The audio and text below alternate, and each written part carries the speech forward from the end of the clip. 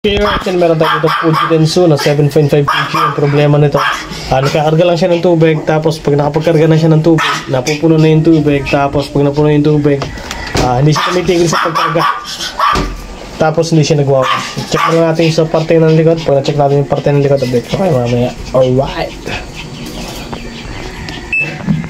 natatanggal ko, tanggal ko ito. Nakita naman natin, buo naman tong kanyang water level, nakakabit niyang maayos. Ayan, check na lang natin sa bandang ibabaw kung bakit hindi siya mag-start mag-wash. Yan, tama yung suspension natin. Ito, napasok to siya ng daga. Gawa ng mga aso na to. Yan, yung aso yung malgaling. Ayan, ninatkat niya ng daga at nagkabutas dito sa kanyang part ng water level hose. Lahat ng pressure na nagmumula dito sa drum or tub na kinikreate ng tubig pag nagkakarga tayo ng tubig, pupunta po yan dito, aakyat yan. Yan, aakyat yan pataas, papunta dito sa water level sensor ang tawagin, or WLS, or ibang term dito ay pressure switch. Ang problema, lahat ng pressure na nagmumula dun sa tub sa pamamagitan ng tubig na hangin na dumadaan sa hose na to ay sumisingaw sa part na to, kaya walang nare-receive na signal si water level sensor at wala siyang ibibigay na feedback kay board, kaya hindi siya mag-start mag-wash. Bali, ang problema nito, itong kanyang water level hose, butas po yan. Papalitan natin, tapos pag napalitan natin, try natin mag-wash.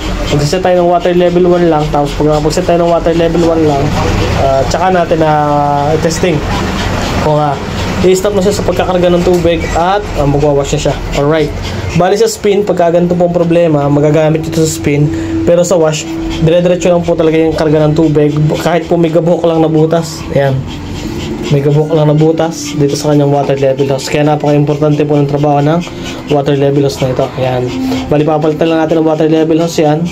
Ang problema, sobrang haba nito, sana magpagana natin, tapos update ko kayo mamaya pag napalitan natin ang water level hose. Alright, yan, nagkakarga na tayo ng tubig ngayon. Papansin natin na may tubig na lumalabas papunta dito sa kanyang mismong drum at saka tub. Yun yung magkikreate ng pressure papunta dun sa water level hose. Tinuturo natin kanina, pakita natin ngayon. Ito yung water level hose na tinatawag. Yan, yung water level hose. Dyan dumadaan ang pressure na nabibuild itong tubig na to. Tapos ang mangyayari, pag akyat ng pressure, pupunta kay water level sensor. Pagpunta ni water level sensor, magbibigay siya ng signal. Ito sa water level sensor, yung nandito kanina. Bibigay siya ng signal papunta dito kaya board na na-reach siya na yung water level na sinelect natin. Nag-select nga pala tayo ng water level 1 ngayon dito. Ayan, para mas mabilis natin mag-determine na working properly na yung unit nila, ma'am. Bali, naging problema yan. Nagkaroon siya ng ngat-ngat dito sa part na to.